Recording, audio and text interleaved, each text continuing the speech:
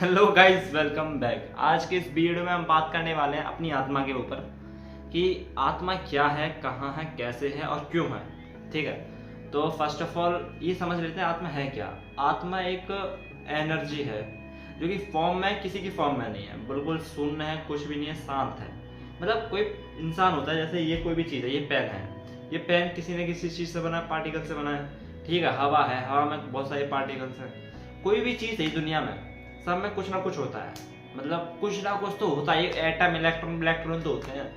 पर आत्मा में कुछ भी नहीं होता, कुछ भी नहीं होता। मैं क्या ही बताऊं, कैसे बताऊं, कुछ भी नहीं होता। बिल्कुल शून्य होती है, ठीक है, शांत होती है।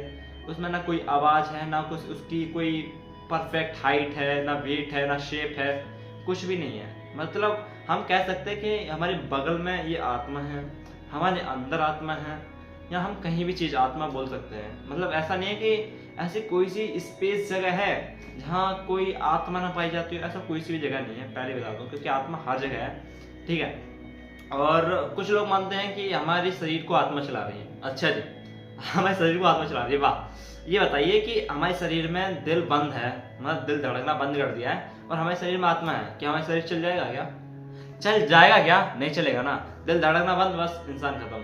अगर हमारे शरीर में किडनी ना हो और आत्मा हो, क्या हमारा शरीर चल जाएगा? नहीं चलेगा ना।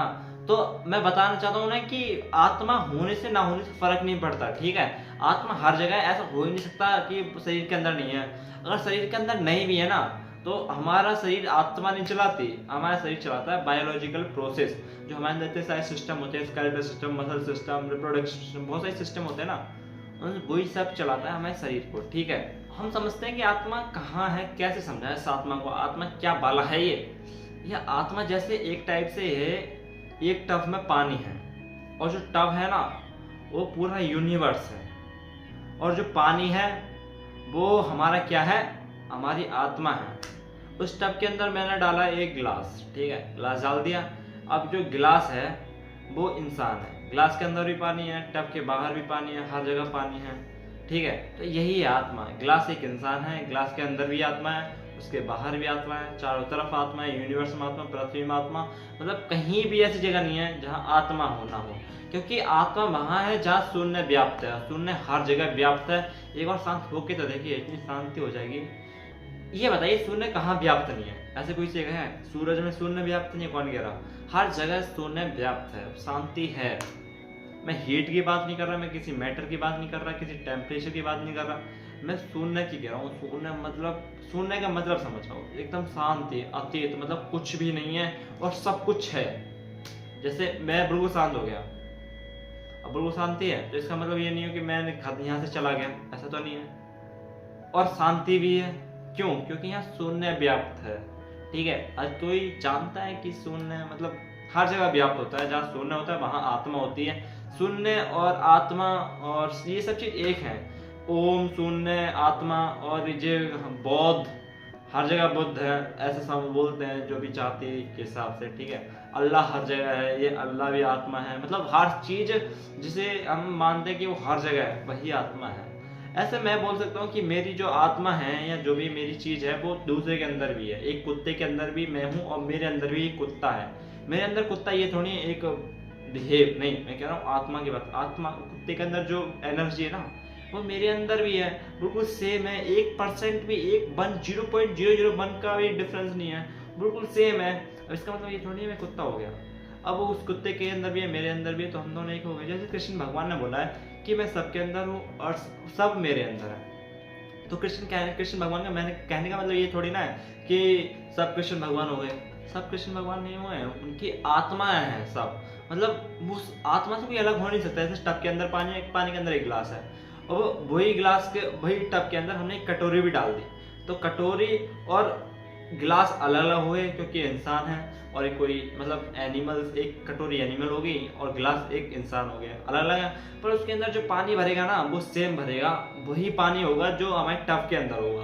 जहाँ शून्य व्याप्त है वहाँ और कुछ है। मतलब पानी का मतलब आत्मा, और कटोरी का मतलब कोई एनिमल, और हमारा जो गिलास है उसका मतलब है इंसान। समझ रहे हो ना, हर चीज एक है।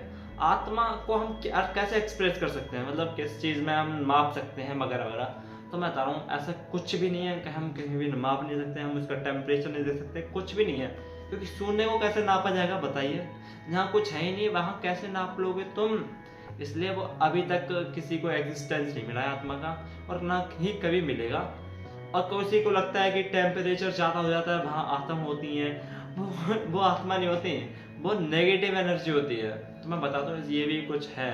ये नेगेटिव एनर्जी का मतलब जहाँ इम्पैक्टफुल वाइब्स हो, और जहाँ पॉजिटिव एनर्जी है। जैसे हम मंदिर में जाते हैं तो मंदिर में एकदम जाते हैं, क्या हम ये सोचते हैं कि हम बहुत मतलब गंदी सोच आती है क्या? नहीं आती ना, हमेशा पॉजिटिव सोच आती है, अच्छी सोच आती है। ठीक है, अब हम वही अगर हम बोलते हैं कि चुड़ैल वगैरह इसके अंदर घुसा हो, तो हर जगह हमें डर लगने लगेगा और हमें नेगेटिव वाइब्स आने लगेगी। तो ये नेगेटिव पॉजिटिव एनर्जी अलग है, आत्मा अलग है। आत्मा शून्य है, और इनका तो मुझे पता नहीं क्योंकि इनका टेम्परेचर भी ये होता है, और वो रिमोट नापने वाला भी बना दिया, वाह, और बात करने वाला भी, भाई साहब वाह वाह वाह क्या बात है। तो ऐसा कुछ भी नहीं है, ये सब तुम्हें ना बुद्धू बनाने की खेल है। और ऐसे किस पे अगर तुम बिलीव करते हो तो मैं सोच, एक माई थिंकिंग, अगर तुम बिलीव करते हो तो है एग्जिस्टेंस, अगर नहीं करते तो 1% भी है नहीं उसका एग्जिस्टेंस तुम्हारे लिए। और किसी के लिए क्या ही फर्क पड़ता है, तुम्हें अपने से मतलब होना चाहिए। जैसे कि किसी के पेरेंट्स मानते हैं भगवान को और उसके बेटे को बिलीव नहीं है, तो इस बेटे के लिए भगवान नहीं है, ऑब्वियसली उसके लिए है ही नहीं, तो उसके पेरेंट्स के लिए हैं, उसके लिए हर चीज़ है, क्योंकि उनके माइंड थॉट प्रोसेसिंग ऐसी है और उन्होंने स्टार्टिंग से यही फॉलो करा है। और ये चीज़ इसके ये डिनोटेड होती है कि वो एग्जिस्ट भी करती है और नहीं भी करती है। तो ये कैसे सवाल हो गया, ये सबको कंफ्यूज कर देता है। तो मैं बता दूं, ये तुम्हारी थिंकिंग के ऊपर डिपेंड है, तुम्हारी साइकोलॉजी में ऐसे चीज़ बन जाते हैं। और मैंने मम्मी को बताया कि ये चीज़ नहीं होती, तो मम्मी कह रही थी ऐसा कैसे कह देगा, तो मैंने तो बहुत सारे देखे मैजिक टाइप, मतलब जादू टाइप, चमत्कार टाइप, है ना। तो मैंने उन्हें बताने की कोशिश करी कि चमत्कार नहीं होता, ये तुम्हारे माइंड में होती है, माइंड में इफेक्ट करता है, साइकोलॉजिकली इफेक्ट करता है ये।